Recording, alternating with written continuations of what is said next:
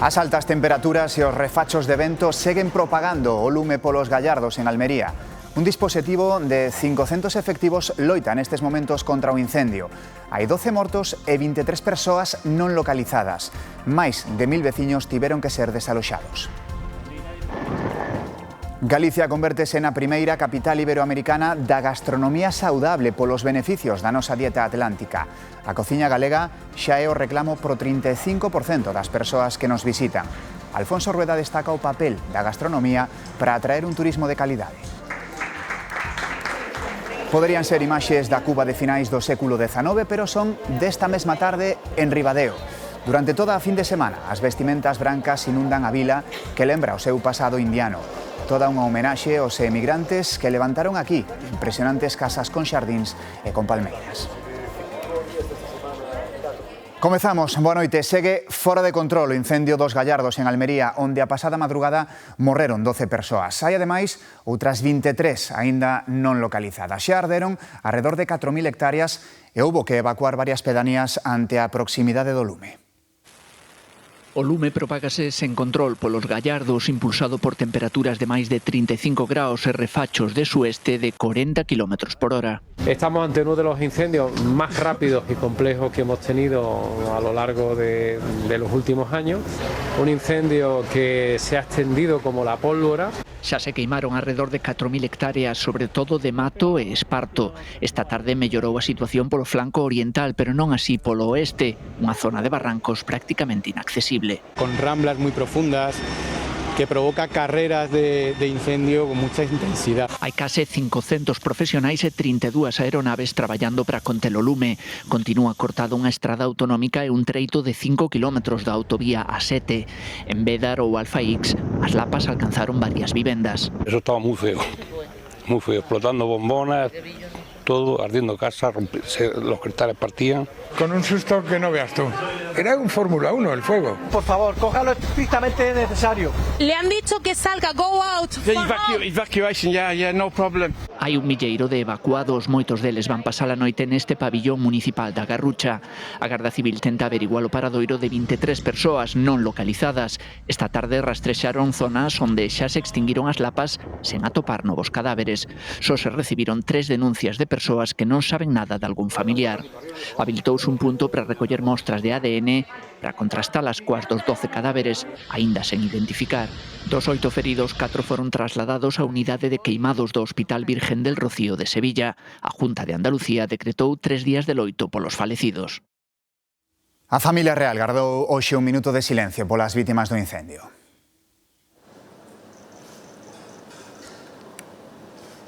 Foi na Academia do Aire, en San Javier, en Murcia, onde a princesa de Asturias rematou hoxe a súa formación militar.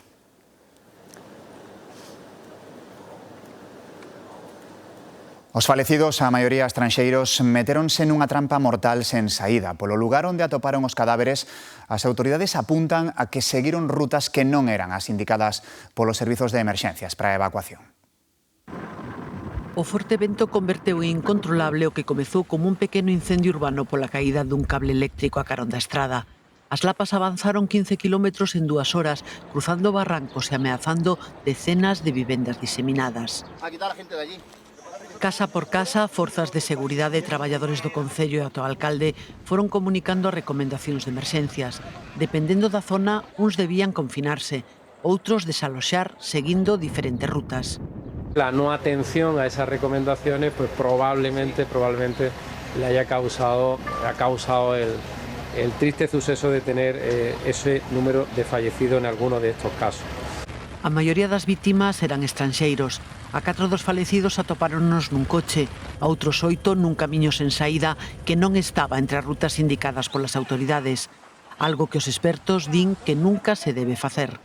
Moitas veces ti estás vendo o lume nun sitio pero non sabes onde está a propagar noutro lugar e pode ser que tentando fuxir dun acabes metido noutro, non? Se hai que evacuar ou hai que moverse da casa, hai que seguir as rutas que a propia autoridade de emerxencias nos indique e segundo facelo cando tes tempo. E se non queda tempo, sempre máis seguro confinarse nun edificio que coller o coche. Os vehículos de combustión necesitan oxígeno para funcionar. Por tanto, cando estás a pasar unha nube moi densa de fumo, pode ser que haya moi pouco oxígeno e o motor pare. Unha mala decisión ante unha situación de pánico pode agravar as consecuencias de incendios tan virulentos como que desencadeou a traxedia nos Gallardos. As mostras de apoio sucédense ante esta traxedia. O presidente do goberno trasladaba o seu pésame ás familias a través desta mensaxe nas redes sociais. Mostrou a súa solidariedade cos veciños afectados e ofreceu máxima colaboración co goberno andaluz. O presidente do Partido Popular, Alberto Núñez Feijóo, tamén amosaba as súas condolencias a través deste chío. Dixo que nestes momentos é prioritaria a colaboración das administracións para que chegue toda a axuda necesaria. Unha axuda que tamén ofrece Galicia a Andalucía para facerlle fronte a este incendio. Nunha mensaxe a través das redes sociais, o presidente da Xunta di estar consternado polos falecementos en Almería.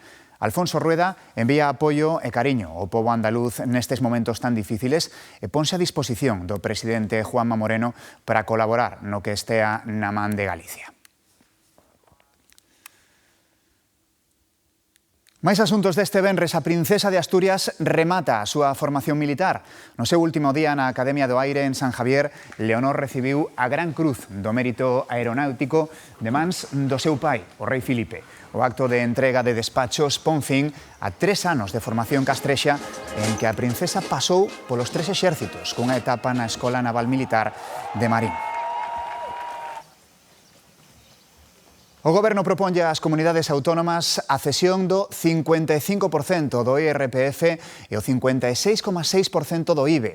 Así se recolle no borrador do novo sistema de financiamento autonómico que Facenda fixo chegar aos executivos autonómicos. Tralo envío do borrador, a proposta será discutida o martes polo Comité Técnico. Será a finais de mes cando se reúna o Consello de Política Fiscal e Financeira. Juan Manuel Serrano, exxefe de gabinete de Pedro Sánchez, imputado polo caso Leire. O xuíz Pedraz detecta indicios sólidos da súa relación con membros claves da trama. O xuíz Pedraz pide que se proceda ao volcado do teléfono de Serrano. Quere saber as conversas que puido manter con outros cargos públicos. Tamén pretende indagar nas supostas irregularidades que se puideron cometer cando Juanma Serrano foi presidente de Correos, época na que se contratou presuntamente de forma irregular a Leire Díez. La corrupción es algo terrible, es un cáncer de la democracia, porque lo peor de todo es que la corrupción, que suelen ser casos concretos, individualizados por razones específicas, por razones que yo no conozco, hace mucho daño. Robles puxo hoxe a voz dende o goberno os distintos casos de corrupción que afectan o entorno do Executivo e do PSOE, e foi tamén un histórico do partido, Javier Solana, quen se pronunciou de forma moi rotunda. Explicou como estaba vivindo este momento. El honor como ciudadano. El honor personal, el honor como ciudadano. ¿Debería hacer Pedro Sánchez en este aspecto? Eso le corresponde a él decirlo, no a mí. ¿Le transmitiría a él personalmente ese dolor que usted siente como histórico socialista? Lo sabe. Juanma Serrano foi outra das persoas de máxima confianza de Pedro Sánchez dentro do partido. Hoxe é o último imputado do entorno do presidente. Aquí en Galicia, a Xunta anuncia que arquiva o proxecto da fábrica de Altri en Palas de Rei. Explicouno a conselleira de Economía. Contra esa decisión, a empresa pode presentar un recurso no contencioso administrativo. Vimos de resolver, como digo, de xeito definitivo e firme por parte da Xunta de Galicia ese arquivo definitivo, digo, do expediente de Altri. Para coñecemento tamén, pois é unha resolución administrativa que, polo tanto, pois cabe un recurso contencioso administrativo como contra a mesma. Renfe recupera este sábado a circulación ferroviaria na estación da Coruña. Dase así por finalizada a segunda fase de obras do Adif, que interrompeu o servizo dende o 26 de xuño, obrigando a compañía a poñer en marcha un plan alternativo de transporte. Agora comeza unha nova fase de actuacións na infraestructura entre a Coruña e Uxes, o que traerá restriccións na circulación neste tramo, reaxustando o horario dun total de 10 trens. E da estación da Coruña a de Santiago, con polémica pola nova marquesiña. A estrutura acristalada instalouse fronte ao antigo edificio de pasaxeiros e o cambio nas vistas non pasa desapercibido. Nin composteláns nin viaxeiros logran afastar a mirada da nova marquesiña da estación do tren. Parece un pouco mamotreto, pero bueno. Un invernadero, sí. Algúns destacan a utilidade da nova estrutura de ferro e cristal. Si vienes con el parking y accedes a aquel parking o a este, pues tienes la ventaja de que no te vas a mojar. Supoño que terá a súa funcionalidade. Unha de claridade. Pero son moitos os que lamentan que a Marquesiña tape a vista da bella estación, a que foi porta de entrada á cidade durante máis de 80 anos. Sí que parece que arruina a imaxe do edificio antigo. Quítanlle o que é toda a vista, a fachada principal do edificio antigo. A Asociación para a Defensa do Patrimonio Galego teno claro e xa se pronunciou nun comunicado. É parte da historia da cidade, entón tapar con este tipo de arquitectura que pode ser, eu non decimos que non sexa necesaria ou que non sexa moderna, non estamos criticando a propia arquitectura que se está poñendo, sino a maneira de facelo. Coa Marquesiña, a obra da Intermodal entra na súa recta final. Tan só resta construir o novo aparcamento que terminará de configurar a nova imaxe da estación do Adif en Compostela. Aumenta a 41 a cifra de españois falecidos no dobre terremoto de Venezuela.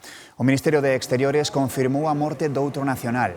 A actualización de datos mantén en 138 o número de españois desaparecidos e en 11 a de localizados que están baixo os edificios derrubados. Un aviso, a Xunta acaba de ampliar a toda a provincia da Coruña a alerta laranxa por treboadas e chuvias que se activa na tarde de mañá sábado. Prevense trebóns acompañados de fortes refachos de vento e tamén saraiva. Recoméndase circular con precaución e non atravesar zonas inundables ou que se poidan asolagar. O colectivo ecoloxista do Salnés denuncia que hai motos de auga que navegan pola foz do Umia, unha zona protexida e que mesmo van varios kilómetros polo río arriba. Os ecoloxistas advirten de que o ruído e a remexedura alternan os fondos e que espantan as aves que agora están criando. É tempo de verán e estamos máis expostos aos insectos e ás súas picadas. Pode que teñan na cabeza algún remedio caseiro para tratar de repelelos, pero esta non sempre é a mellor opción. Tomen nota. Realizamos máis actividades ao aire libre e estamos máis expostos aos insectos e ás súas picadas. Hai que prevenir. Sempre hai quen bota man de algún remedio caseiro. A min o que me funciona, despois de que me dixera unha persoa maior, que son os que normalmente entenden de plantas e este tipo de cousas, é a ruda. Nosotros en Alicante tenemos una hierba que se llama alávega, que es como una especie de menta, hierbabuena, que nos la restregamos y la ponemos en las mesas. Pero ollo, porque non todos funcionan, aconsellan evitar mesturas de aceites, esencias e perfumes ou cheiros que poidan gustarlles. Ao final é peor porque o que faz é atraer os insectos. Pois a ver que consellos nos dan. A recomendación é facer uso de produtos sanitarios avalados científicamente que conteñan repelentes testados. Podemos necesitar, pois, como decíamos, o DET, ata un 50%, ás veces os vemos formulados así, e ás veces o IR3535 para ata o 10% para os nenos, por exemplo, pode ser un uso habitual tamén. E non abonda aplicalo de calquera xeito. Por exemplo, se vamos a estar ao sol tamén e queremos botar a fotoprotección, primeira fotoprotección, temos que esperar como 15-20 minutos e despois xa podemos botar o repelente.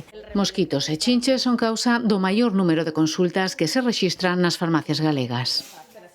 Preto de 27.000 persoas concorren mañá ás oposicións para ingresar na Garda Civil. Aspiran a unha das 3.200 prazas ofertadas. As probas celebranse en 20 sedes repartidas por toda España. Mañá examinaránse sobre a parte de coñecementos teóricos e psicotécnicos. En Galicia, os exames realizaránse na Universidade de Vigo. E falando de oposicións, houbo exames para quitar unha praza de profesor en algunhas comunidades.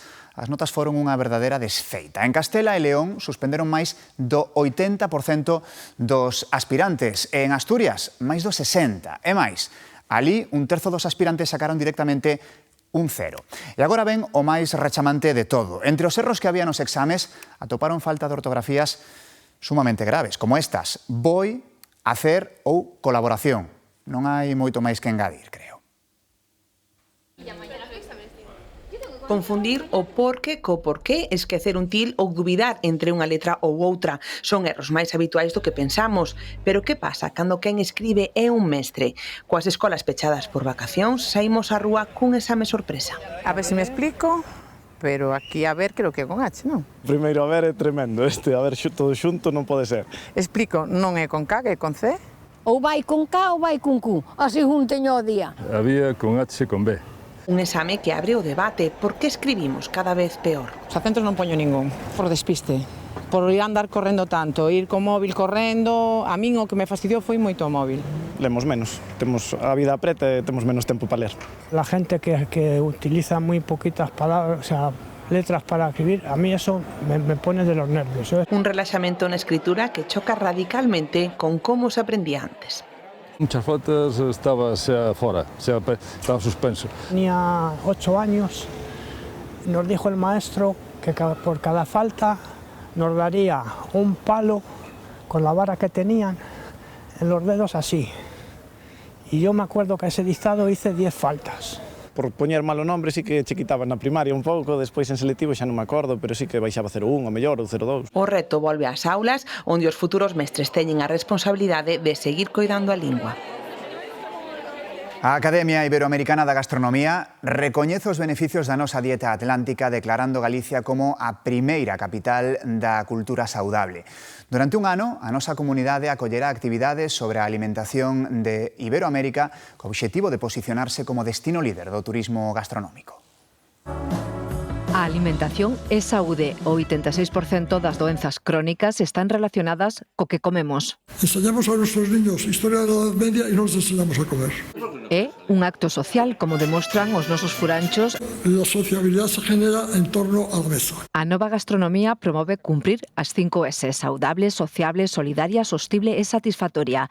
Motivos que levan a Academia Iberoamericana da Gastronomía a declarar Galicia como primeira capital da cultura saudable, baseándose en estudos europeos que destacan os beneficios da nosa dieta atlántica. El territorio de Europa donde existe una forma de alimentarse más saludable es Galicia, por delante de la dieta mediterránea. Unha dieta que é o principal reclamo para visitarnos para o 35% dos viaxeiros. Alfonso Rueda destaca o papel da gastronomía para atraer un turismo de calidade.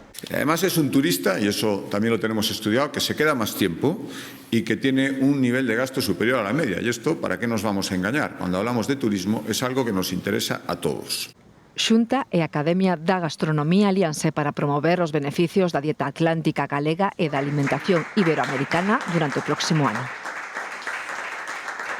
Outra razón para visitar Galicia. Estamos xa a apenas un mes da eclipse total de sol e aínda queda algún despistado que nin oíu falar do acontecemento, pero a maioría xa vai preparando o momento, buscando as lentes e, sobre todo, o lugar onde contemplalo. Con nubes ou sen elas, o 12 de agosto será un día para lembrar. Hai respostas que sorprenden cando se lle pregunta a alguén se vai ver a eclipse. Non lo tengo pensado. Juega España. Iba a ser mañana exactamente. Non tiña conciencia de que va a haber un eclipse. Pero a maioría leva meses que a data do 12 de agosto ben gravada. Ve moita xente de fora a velo, o sea que... Hai que buscar un oco onde se poida estar tranquilo. Eu son de Foz, así que desde ali vai se ver de maravilla. E a ver se non está nublado. E hai quen non leva meses, senón anos pendente destes fenómenos. Soy cazador de eclipses desde el 2005. Llevo 12 eclipses totales de sol por todo el mundo, en los 5 continentes. Por estes lares hai máis de 100 anos que non se ve unha eclipse total de sol. Gente normal solamente ve uno en la vida y con suerte. Tes oportunidad de verlo, pues habrá que disfrutarlo. En Galicia lo más importante para este eclipse es que tengáis el horizonte despejado de obstáculos. O sea, si estáis en tema de costa, aseguraos de que el sol en ese momento, el día del eclipse, esté sobre el mar, que no tengamos ninguna montaña delante. E seguir as precaucións e vivir ese momento. La mejor cámara que hay es esta y el mejor disco duro este. Igual en esa, digamos, cousa máxica, igual se siente algo. Te das cuenta de que somos algo muy pequeño en este mundo. Será un deses días para lembrar onde estabas ti. En Mondoñedo levan preto de 200 anos gozando dun dos doces máis típicos de Galicia, a súa torta. Un produto que só se pode elaborar de xeito artesanal. Os veciños de Mondoñedo presumen dende hai décadas dun dos doces máis típicos de toda Galicia, a tarta de Mondoñedo. Os ingredientes principais son a almendra, o bizcoito e o cabelánse. E pois o hojaldre, é como parecía unha empanada, pois a base de hojaldre, pois a primeira capa de bizcoito, a segunda capa de cabelánse, a terceira capa de almendra. E pois 6 tiras entrecruzadas, envoltas artesanalmente como se fose unha empanada envolvendo, é dicir, é un produto que non se pode industrializar, ten que facelo con un a un. Falaba o fillo do rei das tortas, o famoso Carlos Folgueira, que axudou a dar fama internacional á torta. A labor nosa foi darlle uns toques especiales como o nome comercial que o rei das tartas, e dala a conocer, bueno, tanto que era un produto conocido no propio pueblo nada máis, tanto en Galicia como fora de Galicia, e sempre tendo a opción de manter os produtos artesanales de primeira calidad durante toda a vida. Mondoñedo recibe moitas persoas de fora de Galicia e todos queren levar a torta. E, por suposto, os locais tamén gozan dela. A mí moito porque che queda un sabor de boca moi rico, moi rico, moi rico. Sí, sí. É contundente, con un trociño chágache, pero a verdade é que queda un gusto de paladar moi rico, a verdade que sí. Palamberos dedos está, boísima. Unha torta que vai a seguir sendo o soño doce de Mondoñedo tamén nas próximas décadas.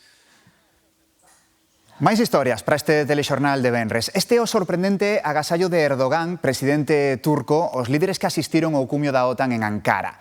Un revólver e 6 balas, un agasallo que pretendía promocionar Turquía como fabricante de armas. Quixemos repasar os regalos que se fan entre mandatarios. Moitos levan recado, pero outros son directamente absurdos. Se o revólver de Erdogan lles parece belicoso, que dirán do que lle regalou o mesmísimo Saddam Hussein, o secretario de Defensa con Bush fillo, Donald Rumsfeld, en plena guerra de Irak.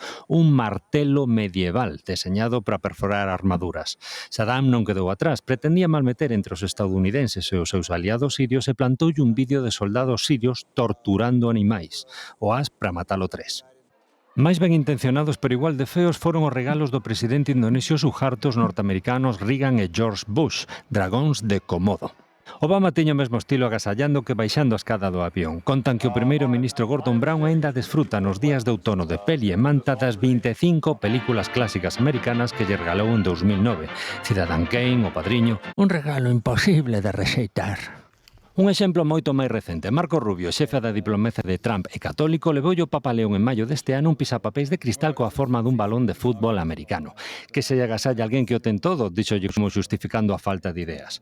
A recorrida sanguicheira a mamá o día da nai carecía de tacto, pero polo menos servía para algo. Estamos agora en Ortigueira, onde desfrutan ata o domingo dunha das citas musicais máis lonxevas de Galicia, o Festival Internacional do Mundo Celta, que é todo un referente europeo do folk. Andrea.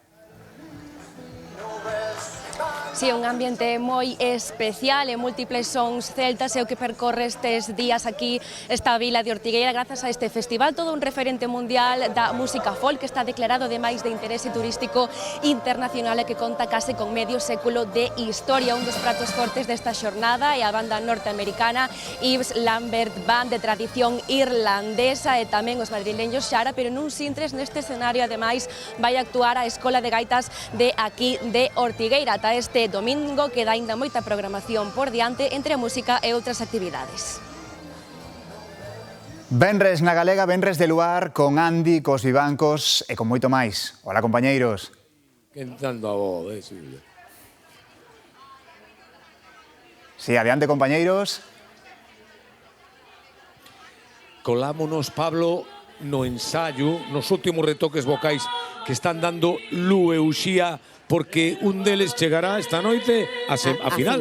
A final. Un deles se enfrontará a semana que ven. Correcto. A Lamar, que xa é nosa finalista. Exacto.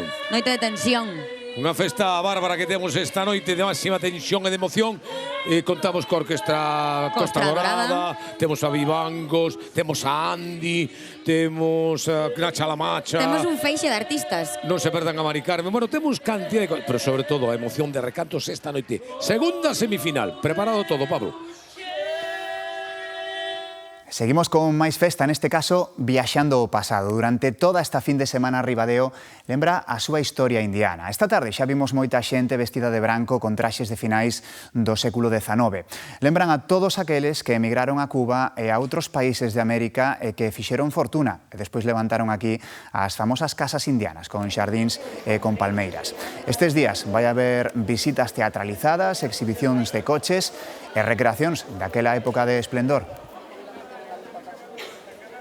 Me parece elegante, con respeto, fenomenal, siempre acordándonos de los que fueron el más allá. A unos les fue magníficamente y otras y otros pues tuvieron sus problemas. O ambiente, sobre todo, disfrutas moitísimo, sobre todo coa xente, todo o mundo prepara durante todo o ano o traxe, todo o mundo espera con moita agarda con moita emoción o Ribadeo indiano. E de Ribadeo a dúas citas máis. A primeira en Betanzos, a cidade dos Cabaleiros goza xa ca súa tradicional feira franca medieval, cunha zona bella inmersa en antigos gremios, recreacións históricas e espectáculos de cetrería desde hoxe ata o domingo. En Nigrán, o Ondas Festival propón un encontro entre a música e a cultura urbana na contorna de Praia América. A súa xornada inaugural deste venres ten entrada de balde con exhibición de picadiscos e a partir de mañá comezan os concertos, entre eles estará Novelouro. Será por plans. Feliz fin de semana. Ojalá que nos casemos, vivamos mil aventuras. Hay tiempo que no nos vemos, yo ya sé que no me aturas, pero vos te eché de menos, estoy perdiendo a cordura. Me pueden ver mí